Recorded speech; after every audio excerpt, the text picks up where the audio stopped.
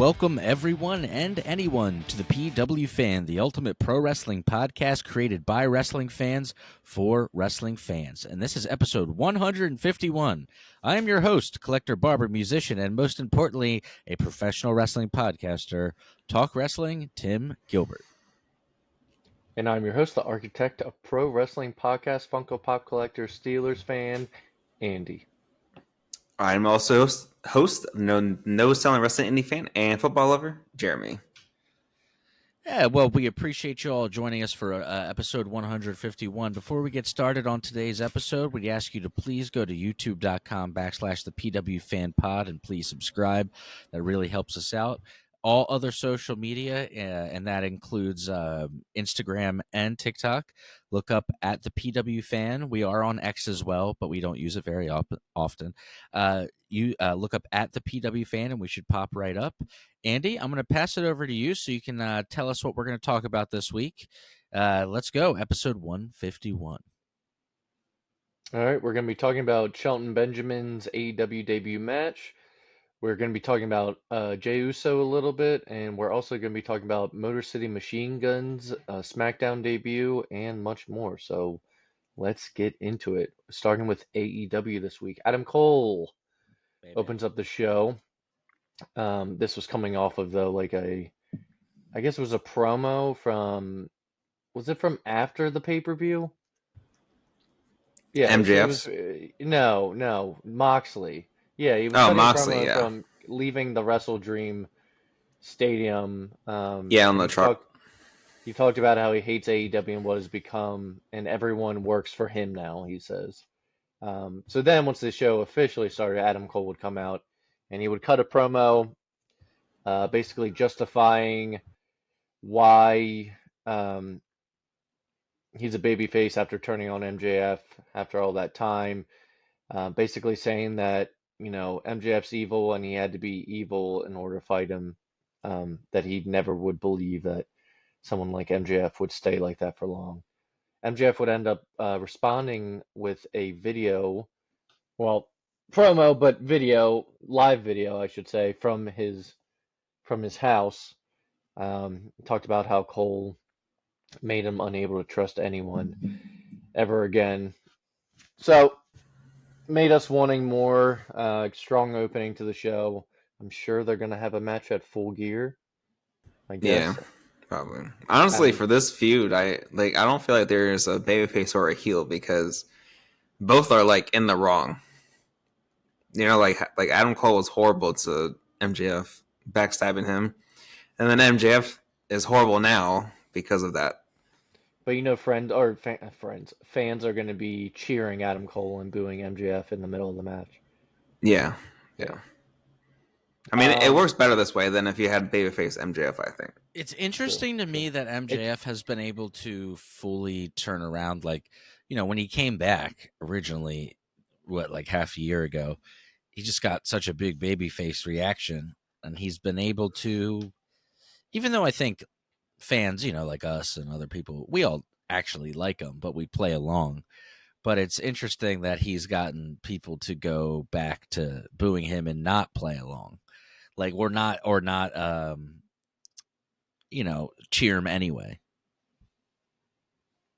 Did that change once he attacked Daniel Garcia? Yeah, but I think it's MJF. Yeah, but I really thought it was like no way he could go back, and he did. He surprised me. Yeah. So after that, this was a weird segment. I was just like, typical AEW. The Elite wished the backstage. The Elite wished Kenny Omega a happy birthday. They mentioned how he had 20 feet of intestines removed, and then they show his birthday cake. And they dump a bucket of animal intestines on top of the birthday cake. Oh my god! What was your initial reaction when you saw it? I was like, it was just one of those come on. Yeah, you're like, all right, guys. I don't even That just means if they're mentioning the only good part I take away from this part is if they're mentioning Kenny Omega like this, that means he has to be coming back at some point then. Yeah, but it's just I was like, the cuts were like unneeded. I'm like, come on. Yeah. He was actually like in the hospital for this, and then they were I like, "Happy birthday!" Dumps the Yeah. bucket of Well, intestines. my favorite part about that is Andy, normally when he watches television, I just know my brother. He likes to eat while he's watching TV. So I'm just picturing you eating like a Wawa cheesesteak or meatball sub. And right when you take a bite, like all the intestines fall out. And you're like, oh, come on. I'm like, come on. Also, what is your cheesesteak though, Andy? Because it's not, Andy, Tim and I think disagree. No, Andy's Wawa order is very interesting. So let's all talk this real quick, just as a fun. Stop saying Wawa for one, all right? No, I'm just saying you always eat Wawa, motherfucker. You want to go out back? Not anymore, but you want to go out and break bottles? Okay. Well, you want to go out back, break bottles behind Wawa? All right. So my what? If there's any Haggard fans listening, they know about breaking bottles behind a Wawa. But my cheesesteak order, I'm a classic, Philly style, Jim's Patch, Geno's, Tony Luke's, whatever, or little hole in the wall place. I like steak and cheese, no onions, just steak and cheese. Andy, if you're getting any cheesesteak / hoagie, how you making it? Steak, cheese, Yep. Mm-hmm. mayonnaise, fried onions, bacon, okay, that's not, banana peppers. No. That's not a cheesesteak. Dude, the bacon and banana peppers always throws me for a loop every time. That's just another sandwich then. That's not a cheesesteak. It's a nice cheesesteak with extra cheese. Oh my god. Andy and I got this. Andy, you know what Tamburinos? It stinks. Dude, Jeremy. Tamburinos. So yeah, what do good. you get on a Tamburinos cheesesteak? Tamburinos? Yeah, Cheesesteak. you know where we're. Like if you get We don't want to give too much location away. Oh. There's a lot of Tamburinos. Oh, yeah, sorry. There's a lot of Tamburinos in the world, but we don't want to give this specific one. I was like, and for me, my cheesesteak is just I do steak cheese, but then with onions as well. Okay, but that's it. I don't do any lettuce, tomato, mayo, bacon, peppers. It's a fucking hoagie stuff. It's a hoagie. You get the lettuce, tomato. That's what they try to call it a California cheesesteak. Then California cheesesteak, is that the name for it? Yeah, because you put all healthy stuff in there. The great cheesesteak debate is one that will never really end. We all have our personal preferences. It's true. Also, in Philly, for me, it's Angelo's. Ooh, yeah. Dude, I'm not going to lie, though. One of my favorite wrestling memories was being, a little tipsy in the hotel room at like 2 a.m, eating a Patch cheesesteak, kind of lukewarm. It was all right. It came right out of a guy's like shitty truck. That's a good Philly experience right there. I feel like it definitely probably tasted better for me and Tim in that moment. Speaking of Philly, that's where Raw is tonight. Raw's in Philly? Yeah.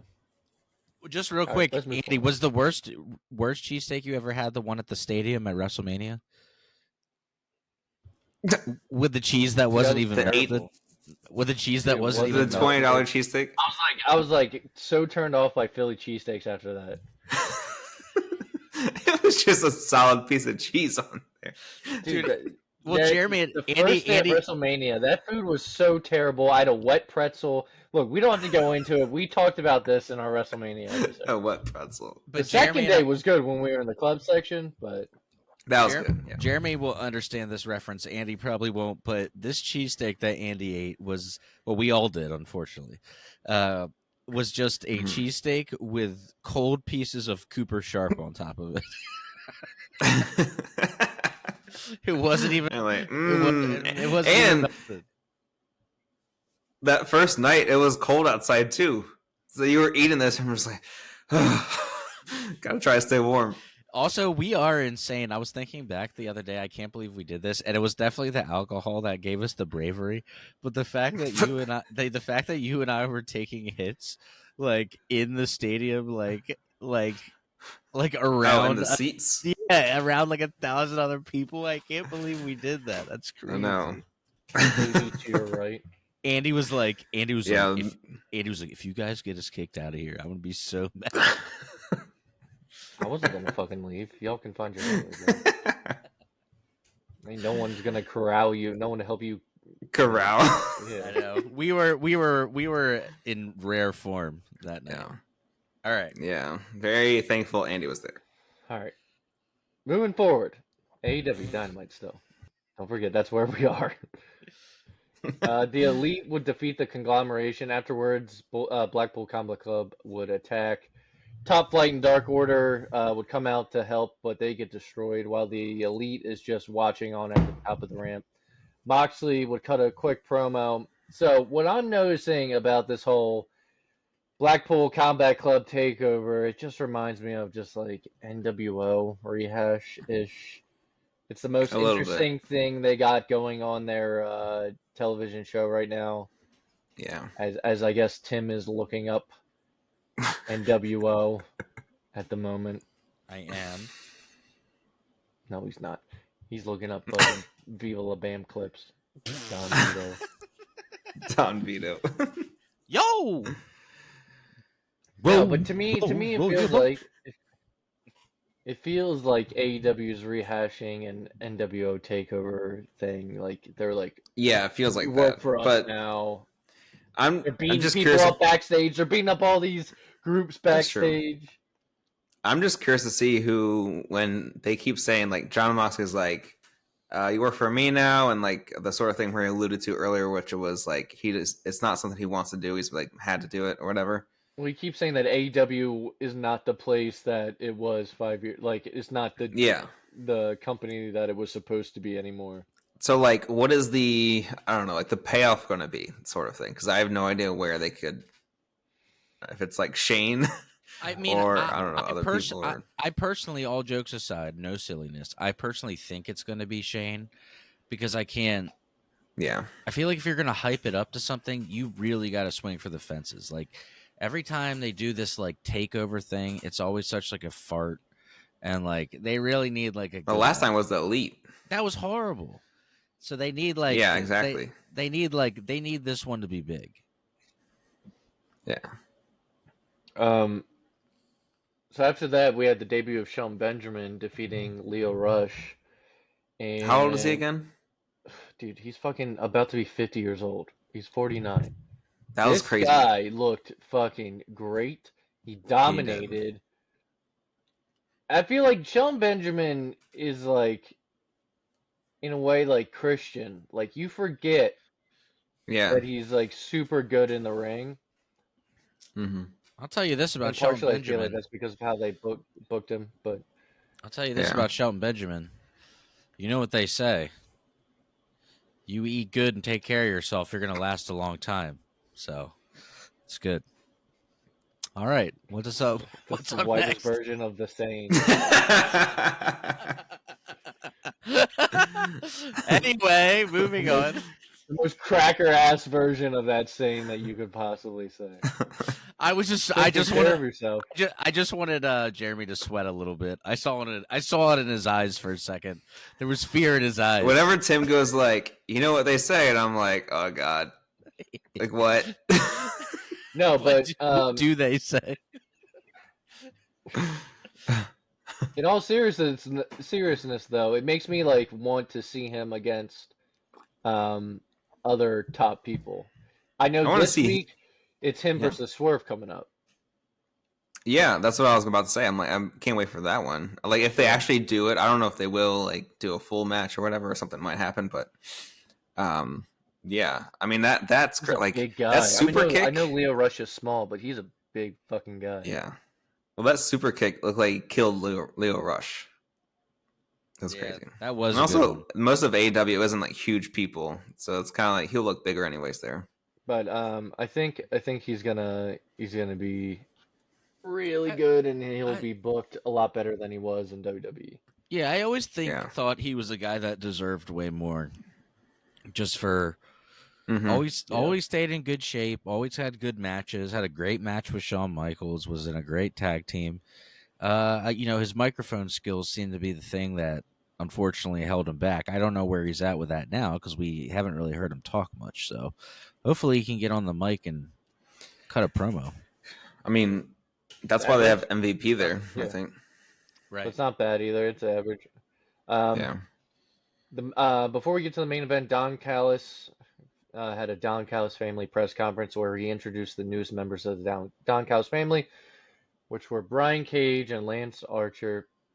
Fucking kill me. And then the main event was Christian Cage versus Jay White, but Hangman apparently is not done with his feud with Jay White, so he would get revenge on White, hit a buckshot lariat while the ref was distracted, leading to Christian Cage winning. Dude, Hangman's going to come out and he's going to be like, guys, me and Swerve, one more match. I'm like, no. God, one more time. Please, God, no. God. For the end of this match, so overall, I like that match. I actually like this whole episode actually more than I guess before. Dynamite. I feel like they're doing more stories, is what we were kind of saying before. Yeah, but Jon Moxley doesn't want it to be like that. He wants it to be how the old AEW was. Well, when they first started, I feel like that was a mix. That was a good mix of what they were doing, but they kind of like let the stories go. But I was just gonna say at the end of this main event match, I saw like there's like some confusion. I think it was because I was watching it back, and people like on Twitter, of course, pointed it out and everything. But like, who was it that was supposed to interfere before Hangman? I think someone interfered, and they were early, which then threw Hangman off, and then Hangman had to sit on the side of the who was that? Apron, I can't remember now. Yeah, but that was I watched it. Like I saw clips of people like clipping it, and like you saw Christian calling the match, but he's like, no, not now, and they had to like go back down and like hide next to the ring. I don't know. I have to look it up. I don't remember. It's been almost a week. Thanks, Jamie. That helps. Yeah, you guys might.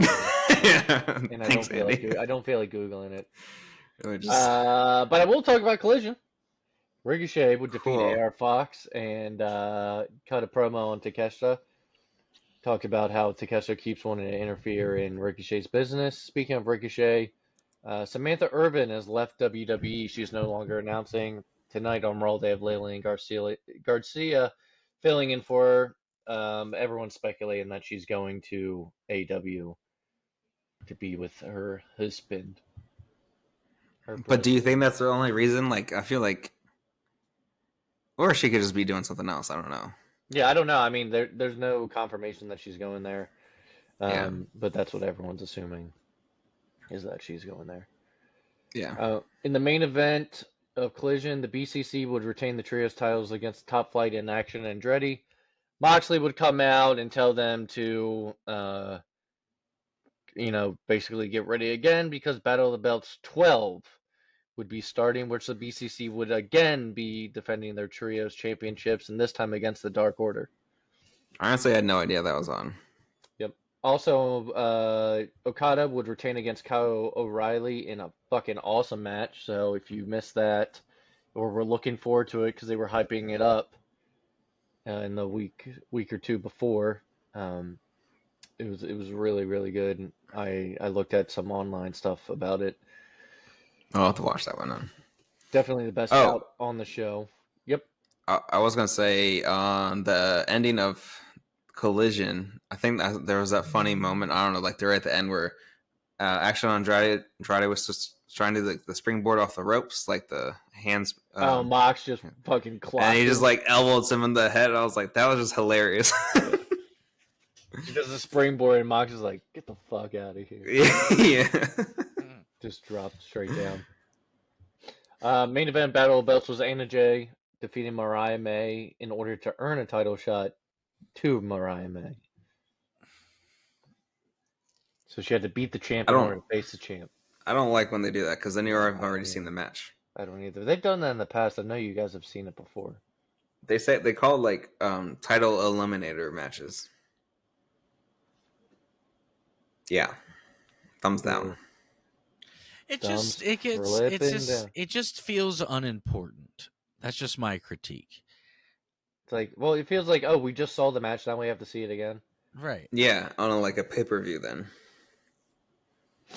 But that's AEW for this week. Before I get into Raw, Stephanie Vaquer had her in-ring debut on NXT, and What's her name? Stephanie Vaquer, right? Okay. Yeah. I Did I was say like, it wrong? you said Vaquer. Vaquer, because I was thinking about how to say it correctly. Bully Ray gave her high praise. He said that she's one of the few ladies. Well, first he was talking to Tommy Dreamer, and he said, she attacks the mat. He said, attacking the mat. Mm, He said, who yeah. does that? He said, there's one person that it's reminding me of. He's like, Tommy, you and me think alike. Do you know who I'm talking about? And Pat Tanaka is who they said it. Hmm. She reminds him of. Who he was he a Japanese wrestler? I know I've heard the name a million times, but I mean, I know the name Tanaka. I didn't know his name was Pat. oh, Pat Tanaka. Yeah, he had like the Red Mohawk. Oh, he was in WWF. So wait, Tim was like, I didn't know his name was Pat. Your He was name's with, gonna be Mr. Fuji. Pat. Terrible. It sounds like a Vince decision. Terrible. That his group with Mr. Fuji was the Orient Express. Oh my god. That's horrible. Dude. Anyway, Vince. but they were saying that Vince was something else. That's like when he like called those two girls the lesbians as their tag team name. Dude, the That's lesbians ridiculous. is classic though. It is crazy. Crime Time, he's like, you're gonna be stealing things. Yeah. Yeah, that's your gimmick. It's like, bruh. He Vince definitely is a person who used the word thugs. Dude, Vince loves stereotypes. Anyone, he's like, I'm in. Mm, Did you guys just see Dominic's new shirt? no. So, do you remember the old Eddie Guerrero, the shirt that says Latino Heat? Not the one I'm wearing, but I it's was like like, you're these yellow serious? letters. And Yeah. well, it says Latino, and then in the middle it says like DM, and then it said cheat at the bottom. Latino cheat. But it's like basically the exact same shirt. That's cool. Latino cheat. Okay, so let's get into a roll. Roll. Rhea Ripley would open up the show. She would come out and call out Liv and Raquel. Instead of them coming out right away, Tiffany Stratton would come out. This was to talk about Nia Jax and threatening Rhea basically not to cross her again. Eventually, Liv and Raquel would come out and attack both women. This will come back later on in the night when they have to team up in the main event. Jade Cargill. Yes, sir. Women. You cut out for a second, Andy, so all we heard was women. Oh, Liv and Raquel came out to attack both women. Oh, it sounded like the people on audio probably will heard you fine but we had a delay, so it sounded like you said Liv and Raquel, women. Women. I was like, okay.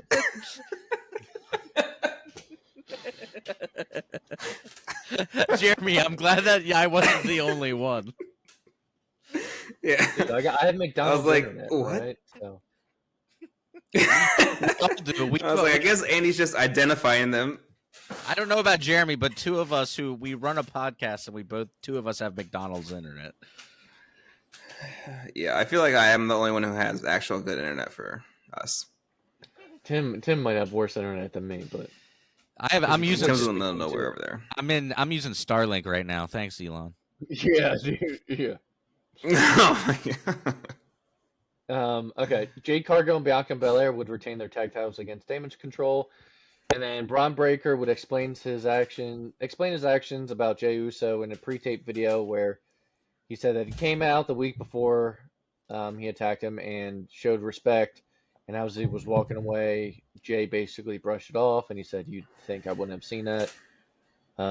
So that was his reasoning for attacking him again. The Viking Raiders would return to TV and defeat Alpha Academy. They are no War. longer the Viking Raiders. They are back to their NXT gimmick, War Raiders. They are So not much wearing better. Viking shit all the time. They're basically just War Machine again, which was their name in ROH, which is what they Yeah. came back when.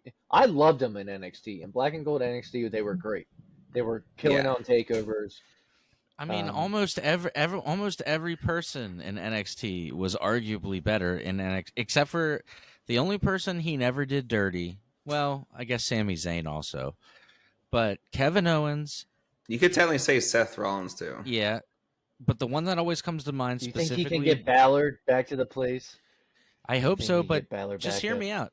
This is very surprising. I don't know why, and I don't know what it is about him that made Vince not do his Vince isms, but Kevin Owens is the only guy that is just a plain ass dude Yeah. that came from NXT, and Vince never messed with him. He left him alone. First and last name, he never just made him like Owens. Like something like weird, like, or Yeah. like I don't know why. He Or must just have just Kevin. must have liked his attitude. You ever think about like how do you think Malachi Black or Alistair and Adam Cole would be doing right now on the main roster? And a lot different. The things would Well, things would look a lot different. I feel if they knew Vince I was going to feel- be gone. yeah. Because I was going to say at first, Adam Cole was just going to be a manager. That's what they wanted to do with him. So he wouldn't be wrestling. What about Velveteen Dream? Right. God God damn it, Andy. Does he have And I- problems? Did he do something wrong? All right. Yes, he did. In all seriousness, if the Velveteen Dream hadn't gotten involved in anything that ruined his career, he actually probably would have been a great character that would have really been like big right now. Vince would have made him lean into all the sexual stuff way too much, though. He's like, I got three brains. Third one sexual. What about now? I was a fan of him. EC3. Yeah. I wasn't really that much of a fan of him. I think he was cool at first, but he got very boring for me quickly. What about Bobby Who else Roode was with I that great entrance? Man, he could have been something. Yeah. Andrade is finally getting kind of. Andrade is never. I don't know. I feel like he's always like, "Ooh, they got Andrade," and then we're like, Put him "All back right." with Zelina, man. That's the only thing that worked, Zelina really. was his talker. Yeah. I was trying to think of anyone else, but yeah, I think Finn for me was probably one of the biggest ones because Finn, I feel like, could be Yeah. like a world champion. Yeah, and then he got hurt. Man, him getting in that hurt in that match at SummerSlam, bro. Hold on, and he just say women. Women. My connection stopped, so I was like, I'm gonna come back and just say. You just hear Tim's talking like Who women. got hurt in what match? Just the potential original Finn had 10 years ago when he came up and he had the Raw match against Roman, and then he had the match against Seth. When he got It's thrown just like, into I the... want your tongue to show more, and he's like, All right, that was rough. That was rough. When he was doing and they brought him back, and he became the Prince in NXT. No, I'm talking about Finn has done a lot of cringe things on the main roster. Yeah. You know what I mean? And Tim's gone anyways by now, so he can't make his point anymore. Nope. Moving on. Moving on. He had a point, and he lost it. And I am Bart Simpson. It really is. I was just saying that. I was just saying that. I think you're skipping too much. I'm talking about when Finn originally came up from NXT, and he got his shoulder hurt in the match with Seth. he won the Universal title first. Yeah, if that hadn't have happened, I feel like things would have been different. Yeah. I'm going to continue on. I'm just scrolling through my notes here, guys. Give me a sec. Is there anyone else you wish had come forward in NXT? Can you imagine if Brock Lesnar was in NXT, like black and gold? We're gonna be talking about Brock Lesnar here in a second, but Bork Laser. All right. Bork Laser, yeah. Okay. Cody and Gunther had a promo exchange where they, for a little bit, were showing respect to one another. Gunther would say, "There's not many in this company that I have respect for, but I have respect for you." He would also say, "Everyone's friend is no one's real friend." Talking about Cody, right, being everyone's friend. Yeah. And then Cody said, "You think you are swimming in the deep waters, but your feet are still touching the bottom of the pool. You have never been in the ring one-on-one with me." Cody would also say, "I've already defeated a frightening beast." At this point, it's the second time Brock was mentioned during the show, the first time being Seth Rollins saying how he slayed the beast. WWE doesn't do that unintentionally. Yeah. It's the same thing with CM Punk stuff. Just saying. Cody also thanked St. Louis because they were the originators.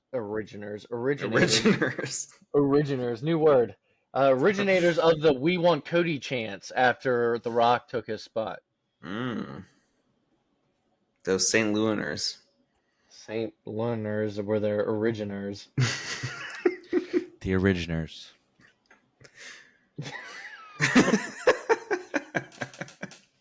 Catch us headlining band, The Originators. The Originators.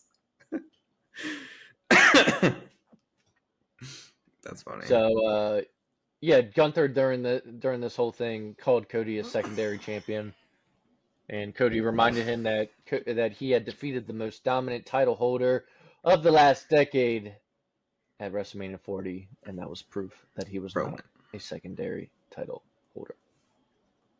Bum, bum, bum.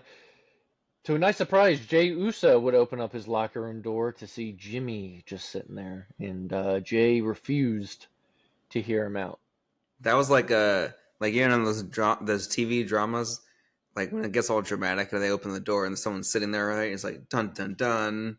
It's like when Bo Dallas was in the room sitting there. Yeah, like he looks up to the camera. Yeah, he's like, "We need to talk." And I was like, everyone at home's like, "It's happening, it's happening." Main event, didn't care for it as a main event. Rhea Ripley and Tiffany Stratton teaming up against Liv Morgan and Raquel Rodriguez. It ends in a no contest, and this was due to Nia Jax's interference. Yeah. Let's get into SmackDown. I enjoyed SmackDown this week. SmackDown was good. SmackDown opened up with someone not part of their show, Jey Uso. I'm just also reading your notes, Andy, and most of the show I realized it's all Bloodline related. At least the start and end this week was Bloodline. Yeah. But Jey would come out. He came through the crowd, and shortly after, the Bloodline would come out. He said he cares about Solo, that they're still brothers. And he asked Solo to think about what he's doing to his family. He had a fun segment, though, talking about why do you pair up with Jacob Fatu. Jacob. He said, Jacob, he's like, there's a reason why we don't hang out with them. He said, if you keep looking at me like that, I'll smack you. Said, you keep looking at me like that, I'm gonna smack you. I thought Tim said spank you. I'm gonna spank your ass over my knee. I'll tell you one thing. Because of this segment, though, and him pissing him off, tonight's main event on Raw is Braun Breaker versus Jey for the Intercontinental Championship. Yeah. Y'all don't think the Bloodline is gonna get involved and cost him? So then Braun is a reason to be in the War Games match. I told you there needs to be a reason, and I told you that this was going to be it. Yeah. Don't doubt Booker Andy. We're not good with words tonight, but I agree with you. Yeah, apparently we can't talk. I have a mouthful of marbles. I told you the region of the originers. I'm telling you, it happened tonight. Keep watching Raw. It'll happen. Yeah, I'm sure it would happen actually. So then that means Braun's gonna win again, so he'll be a 2-time Intercontinental. Okay. Yep. They just wanted to give Jay his moment, but because everyone's fucking complaining. So then where does Braun go? Braun? Yeah. Well, someone has to go to him. Right. So look, man, I don't know. I didn't think that far ahead, all right? All right. DIY would defeat Pretty Deadly and the Street Profits. They will now face the winner of the other triple threat tag team match later on, and those winners will face, I guess, the Bloodline, because the Bloodline is the champions right now. Yeah. Jimmy and Roman would run into Jay backstage. Reigns said that he was proud of Jay, but Jay did not want to hear any of it.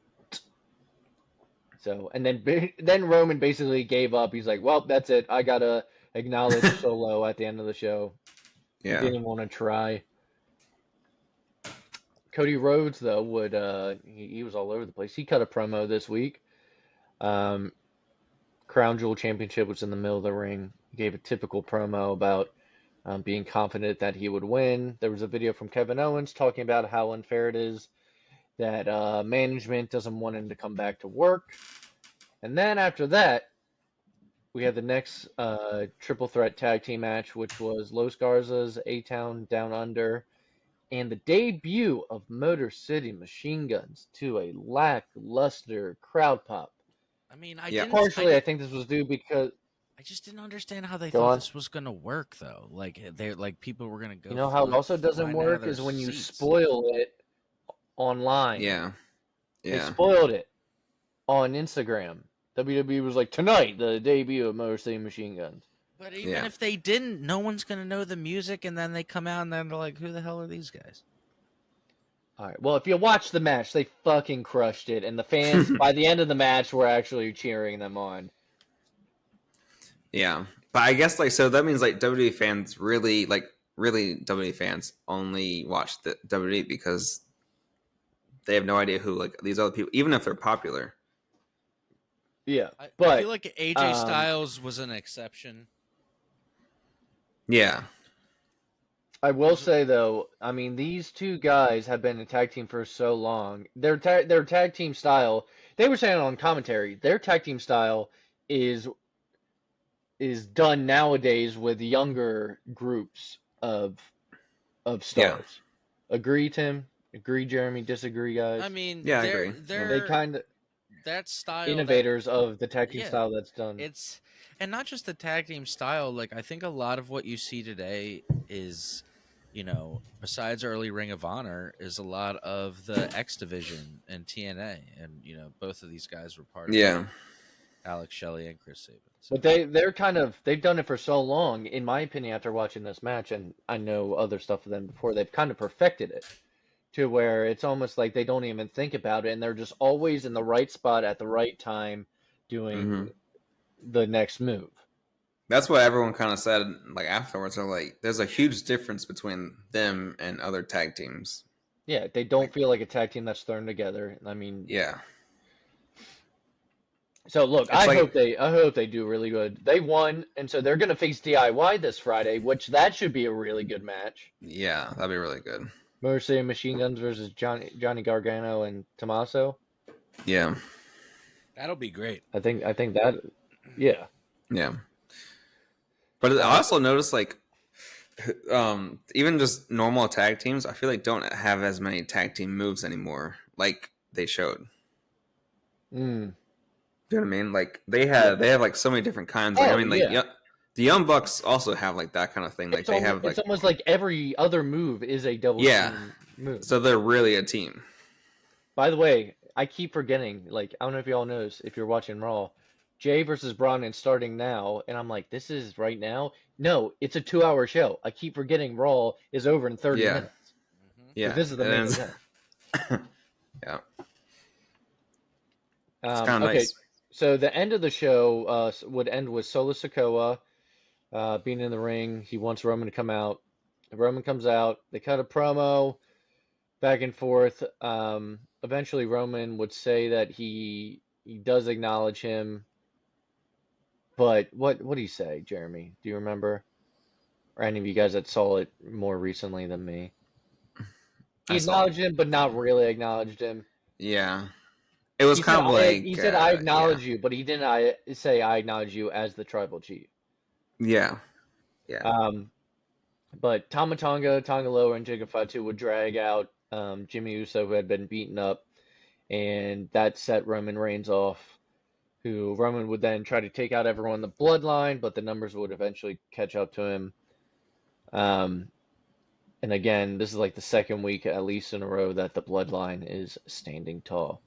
But we're getting Yeah. closer and closer to War Games. I know War Crown Games, Jewel Tim. is next. Crown War Jewel's games. November 4th.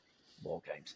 Crown Jewel is November 4th, while War Games is at the end of November, November 30th. So I know it's going to take a while. I'm still waiting to see when The Rock is coming back to television.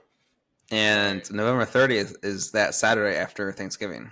I was just Yes, I and was don't just forget. getting our classic show of the week pulled up, and I saw Snitsky was the opening match, and it just made me think of that meme I sent you where it was like when Snitsky's gimmick was just being ugly as fuck. Yellow teeth, dude. So Dude, good. Vince was like, "You're gonna be fucking ugly." Dude, that time period specifically had that Snitsky also punting a baby, Snitsky. Eugene? and Festus. So bad. Dude. That was horrible. He's like, when the bell rings, Festus he comes alive, and he. I love when Gallows tells that story. He's like, "Yeah, he did the Festus tongue. You got to watch on video. This will go to YouTube.com Yeah. now if you want to see me do this impression." But apparently, Gallows said that. He's like, "All right." He's like, "Do this." He's like, no, like this. And then Festus is like, and then Vince is like, "No, like this."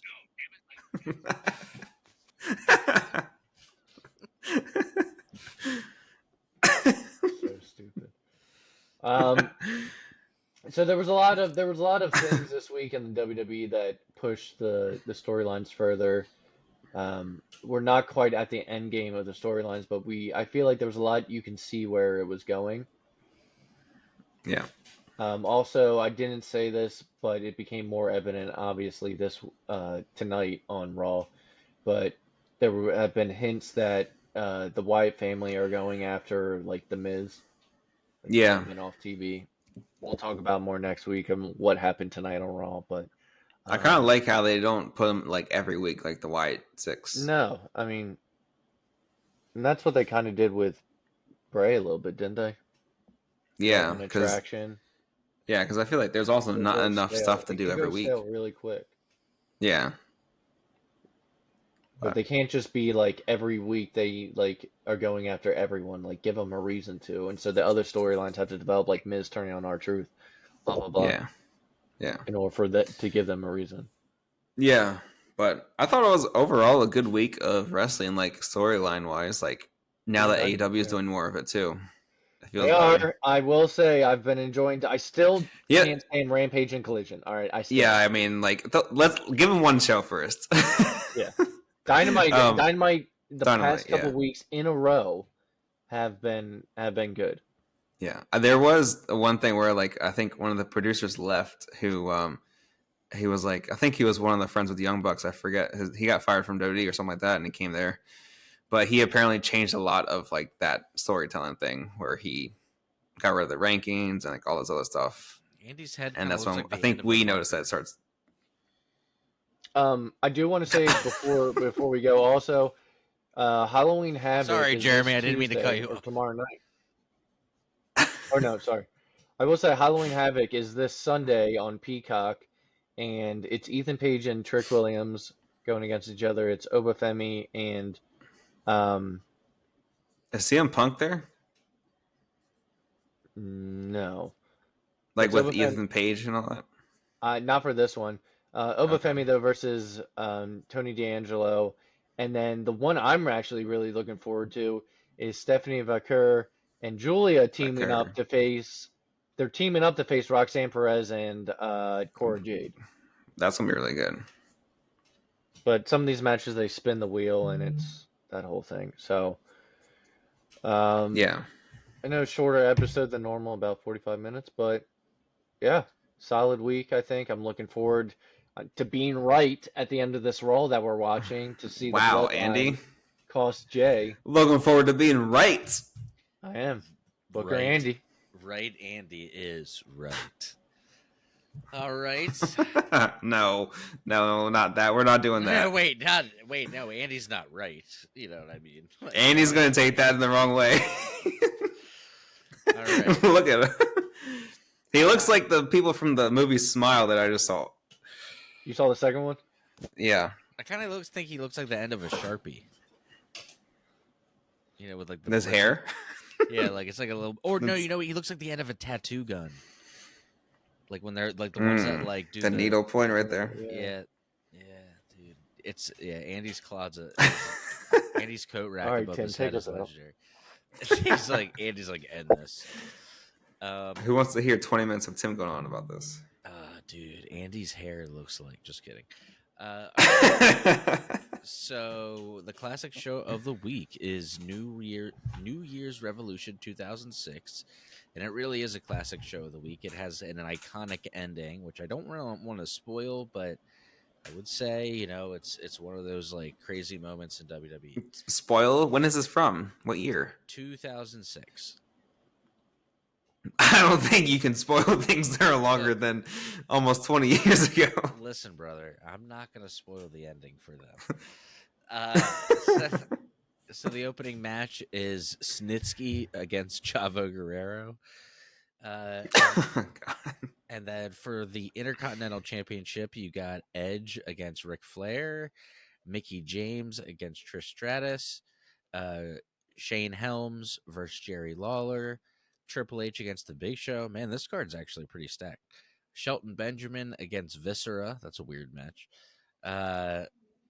This is this one's pretty rough, guys. All right, maybe skip this one. And unless you're horny, I don't know. But this is a bra and panties match. It's described as a bra and panties gauntlet match with oh god, Victoria, Tori Wilson, Maria, Candice Michelle, and Ashley Massaro. That's a rough one. Yeah. So the iconic match here, that's really the whole show, is the Elimination Chamber for the WWE Championship. Carlito, Chris Masters, Shawn Michaels, Kane, Kurt Angle, John Cena, and a little special appearance by Edge, where Edge really becomes the man that night. So worth checking out. I remember watching it live. Great Who show. wins? Well, John Cena wins, and then something else happens. John Cena. John Cena. John Cena. You got a big mouth on you, John Cena. All right, we will catch you all next week. We love you guys. Thank you all so much for continuing to support us. Hope you enjoyed the episode. Take care. Enjoy the rest of the week.